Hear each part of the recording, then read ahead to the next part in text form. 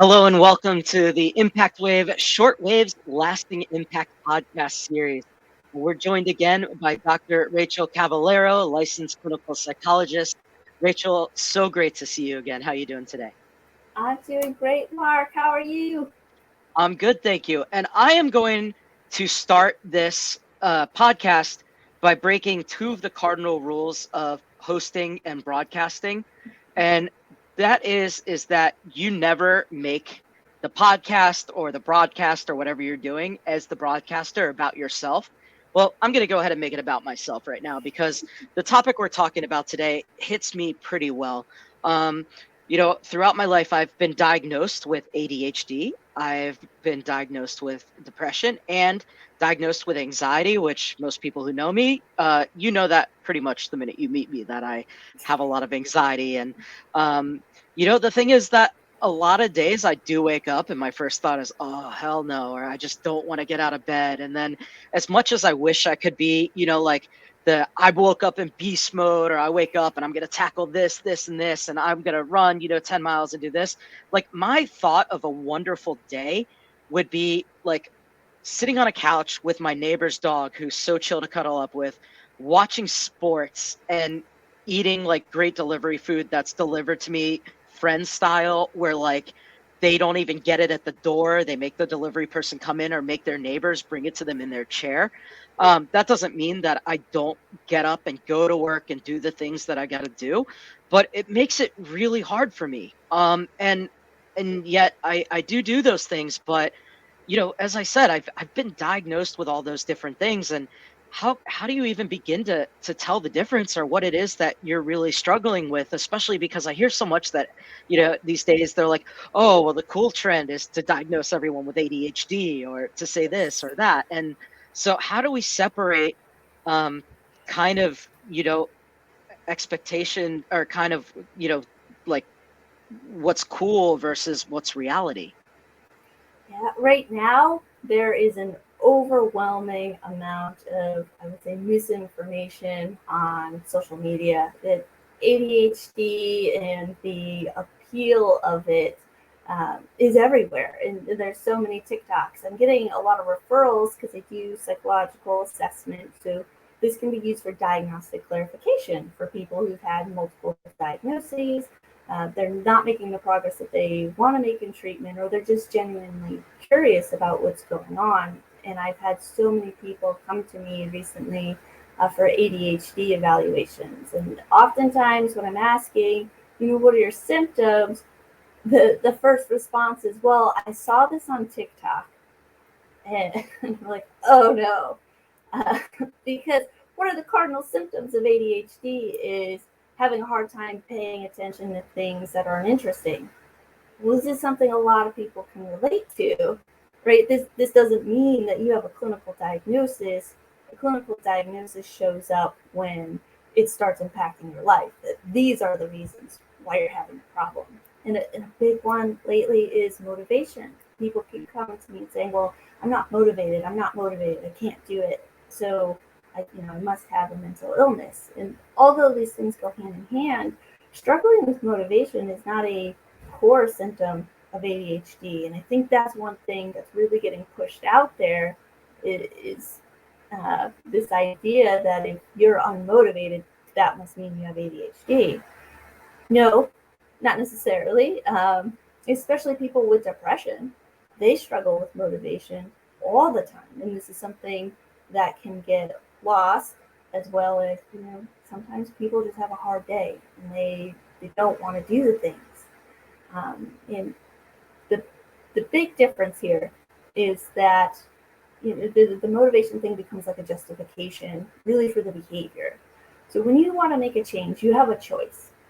You can change your behaviors to match an attitude or a belief, or you change your belief to match your attitude and behaviors, right? So I'm unmotivated, so I can think about, well, I'm not going to do anything because I'm unmotivated. And that maintains that, right? So in its way, I'm shifting my beliefs versus I'm not motivated, but I could change my behavior. I could do one thing. I can get out of it. I can make my bed. I can just go get a cup of coffee, right? And once you start there, that's where you start making the changes. Motivation is about getting the ball rolling. When we talk about treating the symptom in depression, most of the treatment in the initial stages is about, we call it behavioral activation. It's doing the smallest behaviors possible. And when you start doing those behaviors, you get motivation. So we need to like dispel this idea that you wake up with motivation. Again, I think this is another problem with social media. Like you're saying, Mark, people are saying, I woke up in beast mode. My friend, you are blessed if that's how you wake up every day, and I commend you. But most people aren't going to wake up like this. But if you start making some good, healthy habits, you can create that, and it can become easier for you. And this is really the difference between motivation and self-discipline. And I think that's so important, because it's kind of like the snowball down a hill. The further it goes, the more momentum it gains. But at the same time, you talked about it, people like, oh, I learned this on TikTok, or I learned this on Twitter, or whatever. And there's just so much misinformation out there, like you said. How do you get people to begin to separate fact from fiction? Or how do you get them to say, okay, well, I need to think about where this is coming from, or who this source is? My dad will always say, oh, I read this article that, X, Y, and Z. And my sister, who's a doctor, will always say to him, well, is it peer reviewed? And so I think that's like a great thing, because it's challenging him to say, well, who's your source? And just because it's there doesn't mean it's true. And so what is kind of the guidance that you would give to those people who say, well, I learned this on TikTok, or I saw it on Instagram or Twitter? I just remember it's the same thing as one time I took a poll that was like, you can drown in it if you ingest too much of it, X, Y, and Z, you'll die. And it turned out to be water. So the Yeah. same thing that can kill you is the same exact thing that you need in order to sustain you. And Mm-hmm. so just kind of how can we go about realizing that and beginning to question what we're reading and where it's coming from? We're naturally curious as a species, so that's not a bad thing. The hard part is when people really attach to it. And if you are relating to these symptoms, again, not a bad thing. I think it's just important to talk to a mental health professional about it, especially if these symptoms are creating a lot of problems for you. So, um, whether it's a lack of motivation, whether it's a lack of concentration, whether it's I have a million thoughts in my mind all the time and I can't focus on anything because I just have all these thoughts, right? These are all different things. So it's important to talk to a mental health professional to figure out what it is, because then you can get the right treatment. And that is the purpose of a diagnosis, truly. So for a provider, once I assign a diagnosis to this cluster of symptoms, there are peer-reviewed, evidence-based treatments that we do. Right? So behavioral activation is an evidence-based treatment that we use for depression, and we use it because it's so successful. Now, for ADHD, we're going to use similar but different treatment. So behavior modification in a different way, and this is more like time management skills, problem-solving skills, and really setting up ways to organize your personal workspace, those sorts of things. And again, if we have anxiety, we're going to do a whole different set of treatment. So we're going to be looking at these thoughts, checking out how accurate they are, and reducing avoidance behaviors, because avoidance maintains anxiety. Oh, I don't want to do that.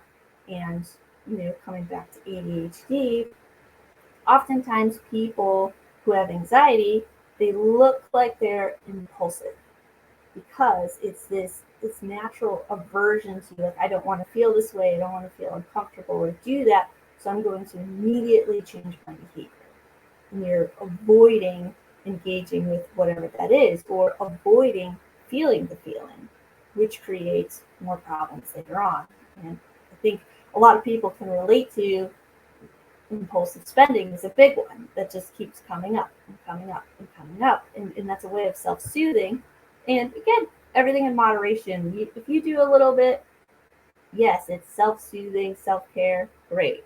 You do a lot of it and it becomes a problem. And where's the behavior coming from, right? That's what we want to look for. One thing that you said is, if you wake up in beast mode, like, wow, more power to you, you're kind of in the minority. How do you begin to realize when, okay, I'm just a normal human being that's waking up and it's Monday and I don't really want to face 5 days of work versus, all right, like this lack of motivation is something where I need to begin to think about external treatment? So if you're having a couple of days here and there um, that you're feeling really unmotivated, that's probably situational, and you may be able to identify what situation it is. We have a lot of college students going back to school now, right? So the school year just started. A lot of people may feel very overwhelmed, very unmotivated because you just spent 3 months hopefully enjoying your summer. And so the transition back to school can feel very overwhelming and unmotivated, and you could have all these other things going on. So if you're in college, you could be looking for an internship or applying to med school or signing up for a lab or trying to get into all these social groups. And so each one of these things takes a toll, and even though these are positive events, it can feel very overwhelming and taxing, and then your energy stores are just zapped. So it's hard for you to get up and get going because there's just so much on your plate. So when it becomes more persistent, lasting over a week, then it's becoming more of a problem and something you should really seek help for. And not on TikTok, right? Please don't go to TikTok for help. Another thing that I wanted to ask you about, just because I know it's prominent in my own life, is that it's never a linear progression. You're gonna have your good days and your bad days. You're gonna fall off the wagon every once in a while, and getting back on can seem like the hardest thing. I might have like 4 or 5 days where I eat really healthy, and then one day I feel like I've completely lost it and I've eaten way too much, or one day where I'm just really organized and doing everything, and then another day where I just can't get going. But and that setback, can throw you into a cauldron, or into just a deep abyss where it's really hard to climb back out of. But what are kind of some of the interventions that you can do yourself to say, okay, I had one back day, but I'm just going to get right back on the horse, so that, 2 steps forward, 1 step back doesn't become 2 steps forward, 3 steps back. One thing that you're talking about here is in the addiction world, we call it the abstinence violation. So if you've been abstinent, let's say for 6 months, and then you have a slip and you end up drinking one day, you really have a choice here, right? You always have choices. So you can look at this situation as, oh, I failed. I'm just going back to my old habits. And you can feel really demotivated and feel like the last 6 months of work that you did was all for nothing. Or you can look at this as, right, healing and progress isn't always linear. A lot of times it's cyclical. I made a mistake. This is where self-compassion and forgiveness comes in, and understanding that we're human and we do make mistakes.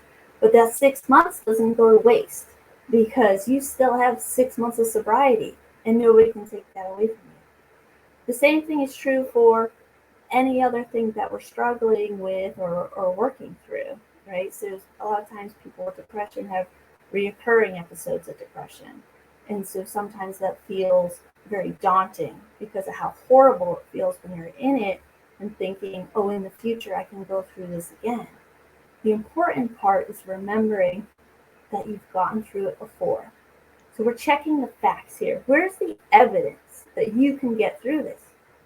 Well, I have before. I have many times. I've done it 3 times this year, and although it's exhausting, I know that each time I can get through them. We always want to check the facts and looking at our past behavior. Do we have evidence of working through this obstacle? Well, yes, we do. Okay, so that means that you can do it again. And If you're having trouble, again, that's where it's important just to reach out for help. Sometimes we need support from a friend or family member, and sometimes we need support from a mental health professional. You don't have to do it all on your own. One word that really stuck out to me that you said was failure. And I don't know if I'm just extrapolating to an entire population of people from my own life and whatnot, but I feel like with what I suffer from, like failure seems like such a daunting word and something that plays on my mind almost every day with like, I've failed. And I look at people who either maybe aren't going through this or, don't think of failure as failure. They think of it as trying something. But I think, and I think partly it's ingrained in our society, but that idea of like failure being the worst thing in the world, when in fact, not being afraid to fail is the first step towards success. Is that something that you come up against a lot where you see people go, I failed, or I'm afraid to fail, or, this failure has me depressed, rather than just, I'm trying, I'm doing, more of the, I don't win or lose. I either win or I learn, or Mhm. even in, not getting to where I wanted to be, I still had X, Y, and Z successes. So this is huge, right? And especially working with college students, it comes up a lot in academia because there is this kind of attitude in the academic world like you're not allowed to fail. That failure is not okay, it's not an option.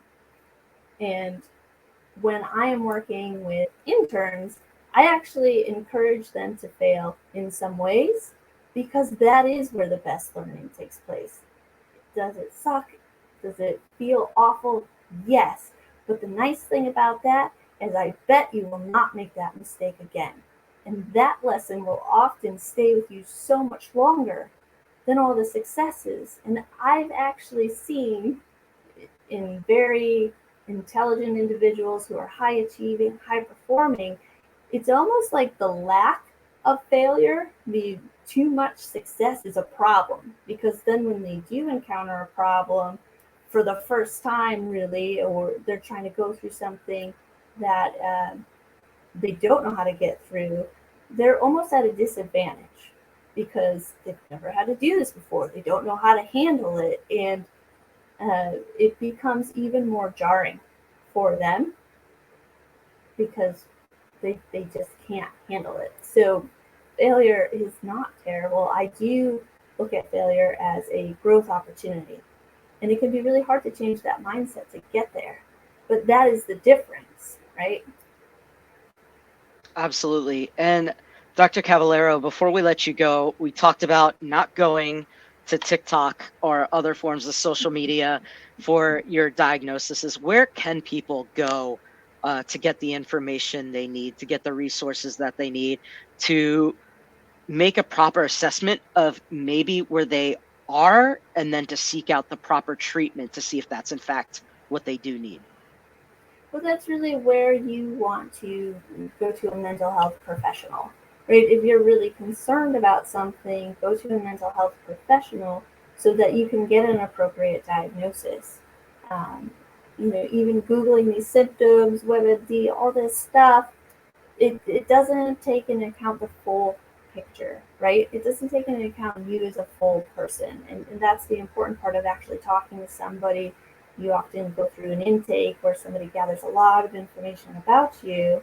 And instead of just looking at these 3 or 4 symptoms that you're talking about, we look at you as a whole person.